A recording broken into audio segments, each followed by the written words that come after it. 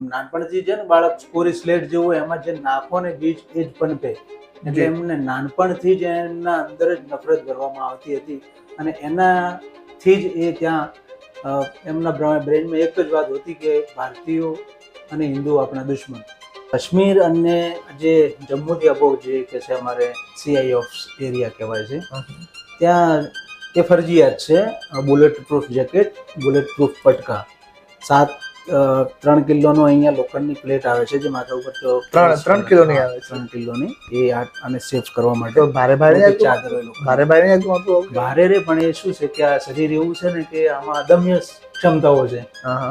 જેવામાં તમે ઢાળો છો એવું શરીર ઢળી જાય છે. પથ્થરમાં પથ્થર થઈ જાય, લોખંડમાં લોખંડી પુરુષ થઈ જાય એવું જ છે. કોઈ ફૌજી ગાડી એમના શહેરી વિસ્તારમાં નીકળતી તો એના પર પથ્થરમારો કરવો, ફૌજી કોઈ બજારમાં ઉભા હોય તો એને સાથે મતલબ મિસબિહેવ કરવો. જે બી અમારી જિંદગીમાં તકલીફ છે ને, અમને એવું લાગે છે કે ઘણી બધી છે, પણ એ નથી. કેમ કે તમારા જે બી આર્મીમાં લોકો છે ને, એમના પ્રમાણે અમારી જે તકલીફો છે ખૂબ ઓછી છે. इंडियन गो बैक, हाँ Indian army go back, India go back, आपकी यहाँ जरूरत नहीं है, आप यहाँ से चले जाओ, ये हमारा मुल्क है. પણ જે આર્મી વાળા જે મિત્રતા છે ને, એ નોર્મલી મિત્રતા આખી અલગ હોય છે.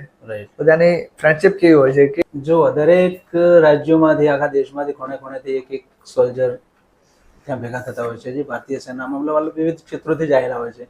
તો કોઈના મૂળ સગાવાલા કે એવું તો કંઈ હોતું નથી. એટલે જે પણ છે અહીંયાથી, ભલે ને સાઉથમાંથી હોય તો એ મારો ભાઈ છે, યુપીમાંથી છે તો મારો ભાઈ છે. ત્યાં મતલબ ભાઈચારાની એકતાથી જ અમે બધા સાથે રહેતા હોય. સગા ભાઈથી પણ ઘણો ભાલ હોય છે અને એકબીજા માટે મરી પરવારવાની તો હોય જ છે. ફૂલ વિડીયો જોવા માટે YouTube પર સર્ચ કરો ટોક વિથ હિરેન.